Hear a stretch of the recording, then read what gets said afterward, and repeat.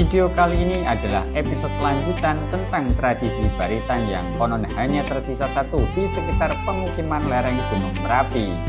Tradisi ini adalah upacara khas warga lereng Gunung Merapi untuk meminta keselamatan dan perlindungan kepada Tuhan Yang Maha Esa.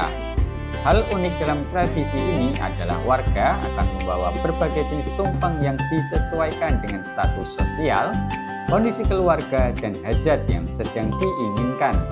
Selain itu, ada sesaji berupa darah kambing yang dimasukkan ke dalam bambu khusus yang kemudian ditanam di 5 titik desa dengan posisi kepala kambing menghadap ke arah puncak Gunung Merapi. Ada waktu khusus yang digunakan warga untuk melaksanakan upacara ini agar bisa diterima oleh sosok yang mereka percaya sebagai penjaga Gunung Merapi. Bagaimana kisah selengkapnya? Ikuti video ini sampai selesai ya.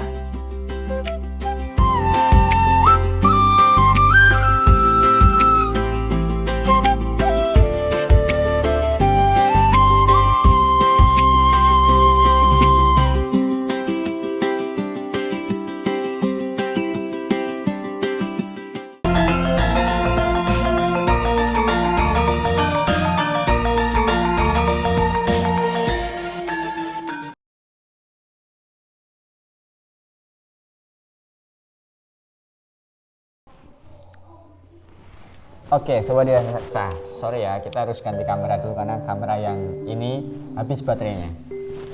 Udah semua, oke.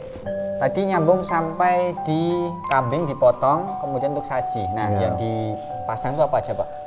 Jadi yang dipasang itu kepala kambing. Oke, pertama kepala, kaki, 4 kaki tapi cuman dari sebatas kalau manusia siku lah, lutut gitu. Terus sama darah pasti, kalau itu darah pasti. Tapi bedanya kalau sesaji pas rejepan atau merti dusun, darah itu dimasak kan. Oh iya, yang dulu itu dulu ya, kan dimasak, yang dulu ya, dipotong kecil-kecil. Nah ini khusus untuk baritan, itu darahnya darah mentah mas. Darah mentah dikasih janur, ditempatkan di bambu dan bambunya bambu khusus. Apa itu? Bambu kuning kah? Bambu Breng wulung mas, bambu ungu. Oh yang gede itu? Enggak, bukan? Kecil sih sebenarnya, kecil. Ya cari yang kecil lah, tapi yang warnanya ungu. Itu harus warna ungu breng wulung kalau langsung ngomong.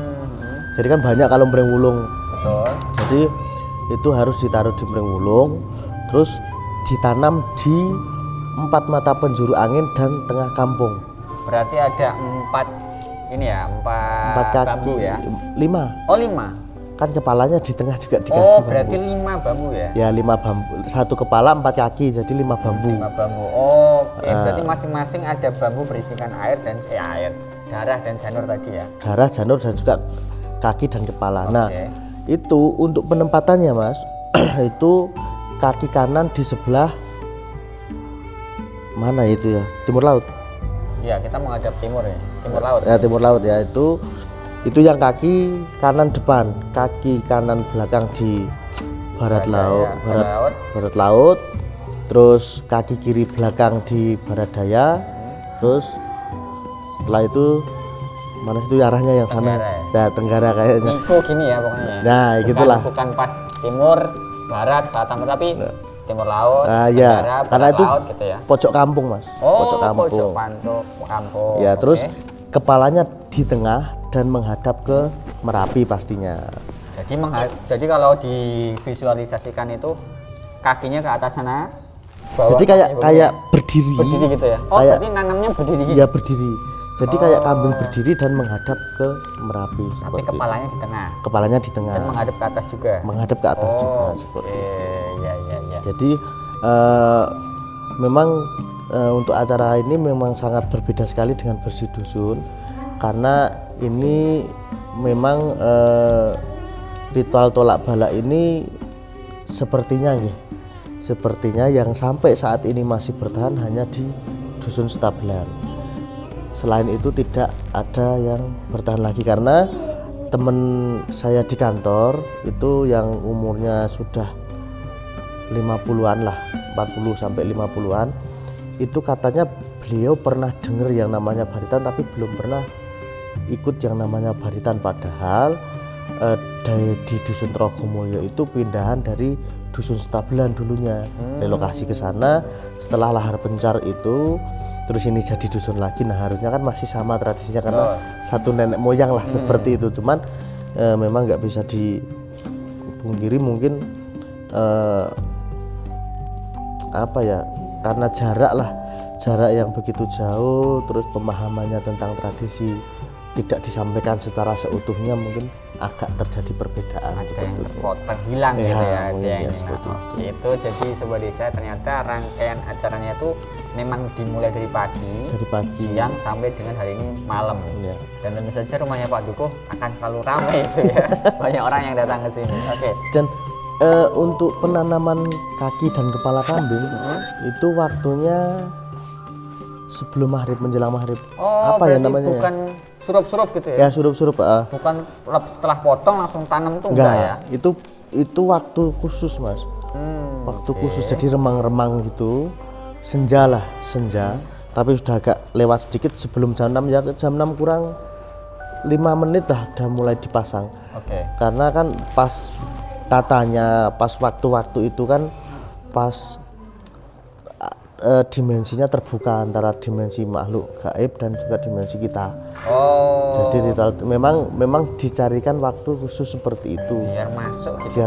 Ya karena memang tolak balak pas datang kan udah nggak bisa gitu loh, maksudnya itu seperti itu. Jadi perlu digaris bawah ya Sobat Desa bahwa baritan ini tuh tujuan utamanya adalah untuk melindungi ya Pak ya. Untuk melindungi. Istilahnya untuk membentengi ya. Untuk membentengi kampung wilayah kampung ini dari segala jenis mara bahaya, baik itu yang fisik maupun non fisik ya. Yang notabene banyak orang yang mungkin belum bisa mencerna hal itu. Ya gitu mungkin. Ya. Dan kita nggak bisa menjudge, nggak bisa menghakimi ini benar itu salah, karena ini sudah kembali ke kepercayaan masing-masing. Kalau kepercayaan kita pasti berserah diri pada Tuhan Yang Maha Kuasa, entah itu apapun agamanya kan punya Tuhan masing-masing. Cuman kami itu kan hanya menghormati dan melestarikan tradisi yang sudah ada. Yang itu tradisi itu memang dari nenek moyang kami, karena kami menghormati nenek moyang. Kalau menurut saya leluhur dan juga nenek moyang kita itu kan membuat suatu tradisi karena terjadi suatu hal pada zaman dulu. Sebelum era modernisasi sekarang. Artinya enggak, kalau bahasa Jawanya itu ujuk-ujuk teko ono. Nah, seperti itu. Pasti ada sebabnya. Pasti ada sebabnya. Nah, selain itu menghormati tradisi itu kan juga menghormati leluhur kita, karena menurut saya pribadi tidak akan ada kita saat ini kalau tidak ada leluhur pada zaman pada masanya lah, seperti itu. Dengan apa yang terjadi pada masanya yang ditularkan sampai saat ini. Karena kalau nggak salah saya udah generasi ke berapa ya, keempat atau kelima. Kalau kepala desa itu generasi ke-7. Kepala desa ya? Kalau sejak usia dusun Stabelan ya? Bukan, sejak usia dulu masih Kadipaten Boyolali, belum kabupaten. Iya. Jadi kalau kadus kan umur, tapi kalau kades kan jabatan. Jadi kalau nggak salah saya tuh keempat ini atau ketiga ini untuk generasi saya. Dan generasi itu sudah ada dari zaman Kadipaten Boyolali, belum kabupaten. Dan sekarang Kabupaten Boyolali aja usianya sudah 170 berapa ya tahun ini ya, 178 atau 179 lah. Jadi bisa dipastikan usia ini lebih tua lagi ya. Iya. Seperti itu. Itu hari jadi Kabupaten Boyolali itu memang tidak dari Indonesia Merdeka, tapi dari masa-masa kadipaten. Seperti itu. Oke, itu dia Sobat Desa, runtutan ritualnya sudah, isi kegiatannya juga sudah. Ada beberapa pertanyaan terakhir Pak Dukuh sebelum kita lanjut ke sesi selanjutnya. Pertama, kenapa namanya adalah baritan? Yang kedua, tadi saya lihat doanya ada yang begini, ada yang begono. Nah, apa tuh? Jadi baritan kan kalau dipanjangin kan ritual tolak balak baritan. Tolak balak itu, tolak artinya menolak, balak itu wabah atau penyakit atau bencana. Baritan itu dengan wiridan. Oh, wirid. Wirid. Wirid itu apa sih, Pak Duo? Wirid apa Pak Wirid Duo? itu bisa diartikan kalau misalnya di agama Islam itu kita zikir, tahlil itu juga termasuk wiritan. Tapi karena zaman dulu para leluhur kami itu banyaknya Islam kejawen, Mas. Itu ya hanya seperti itu tadi, dengan apa yang ada di hadapan kita disebutkan semua untuk misalnya seperti ini. Tadi kalau Pak Kaum yang pas doa jenang abang putih merteni, jenang abang merteni roh saking ibu, jenang putih merteni roh saking bopo. Jadi kan hampir sama asal muasal kehidupan itu tadi. Terus disebutkan juga Polowijo sego gunung merteni pepundhen dadi Merapi simbah Petruk, karena itu memang kesukaannya Mbah Petruk. Entah percaya entah enggak, kemarin kan sempat terjadi sesuatu hal di dusun Stabelan karena memang tradisinya masih kental, tapi ada kesalahan sedikit dengan acara kemarin. Nah itu terjadi beberapa hal.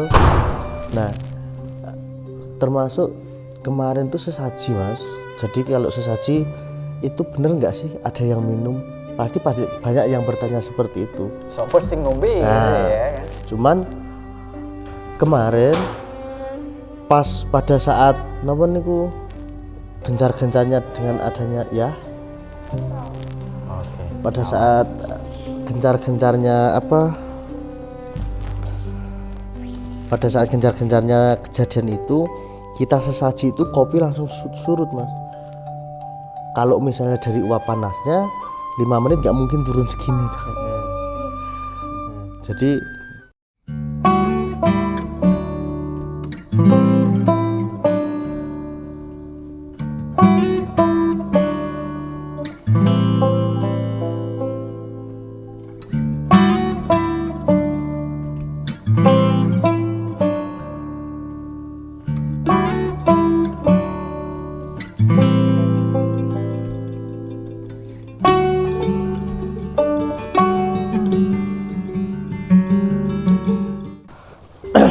sampai mana tadi ya? Kopi hilang. Nah, kopi hilang.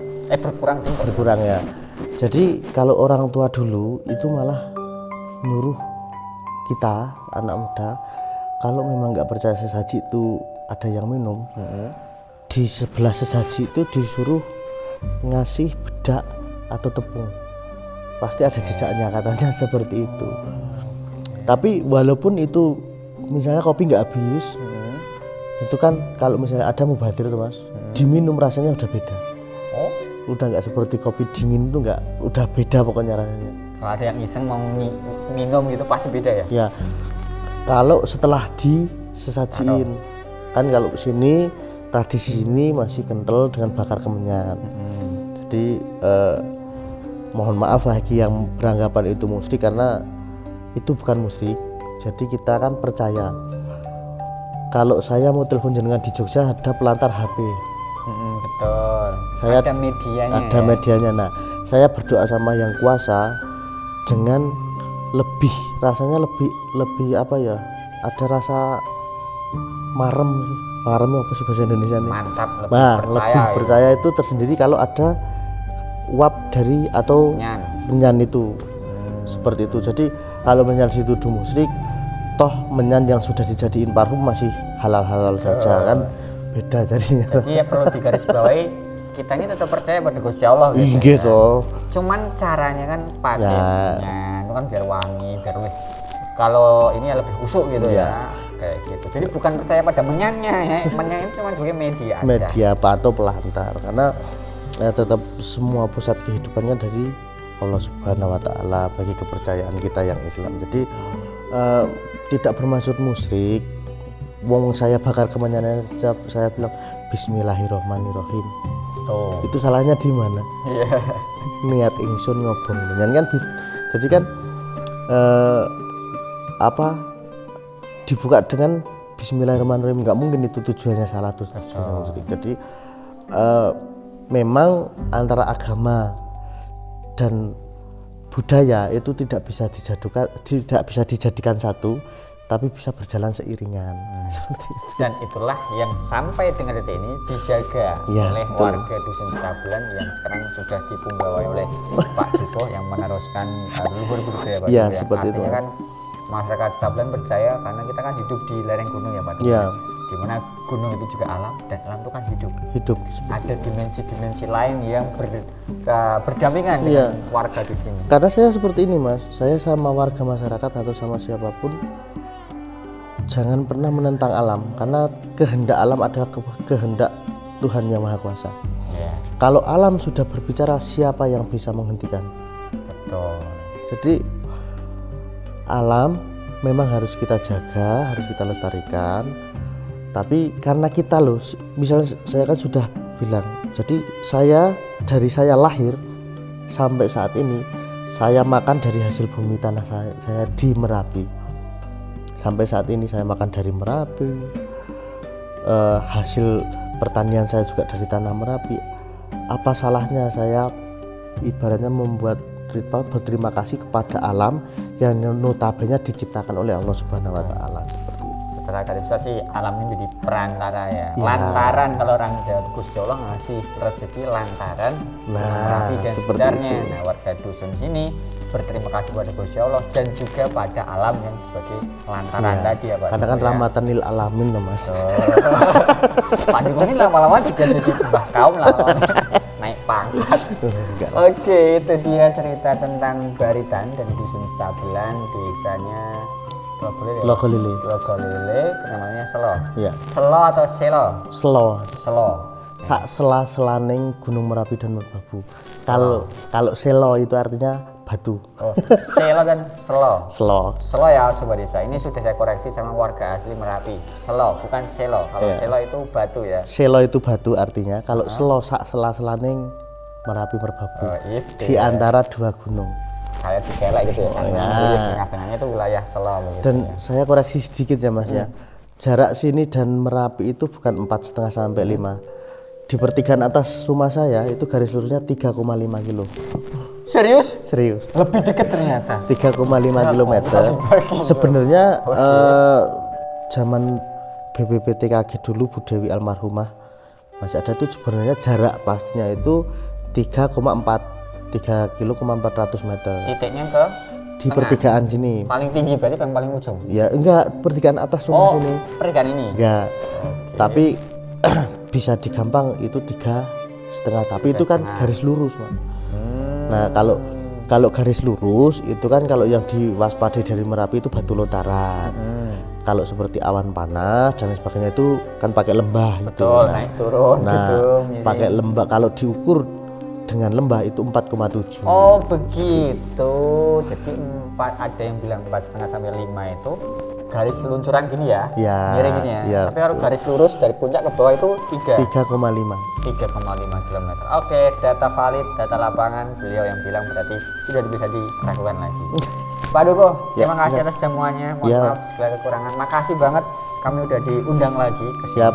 Semoga nanti tayangan ini bisa jadi bahan pelajaran dan bahan cerita bagi banyak orang. Amin. Semakin lestari tempatnya Pak Duko, bisa Amin. dijaga sampai dengan anak cucu kelak ya. Amin. Nis. Sehingga bisa menjadi bahan pelajaran kehidupan bagi banyak orang. Siap. Itu dia Sobat Desa, makasih banget sudah mengikuti video kita hari ini. Semoga bisa lanjut ke desa selanjutnya dan bisa berkunjung lagi ke Dusun Stabelan.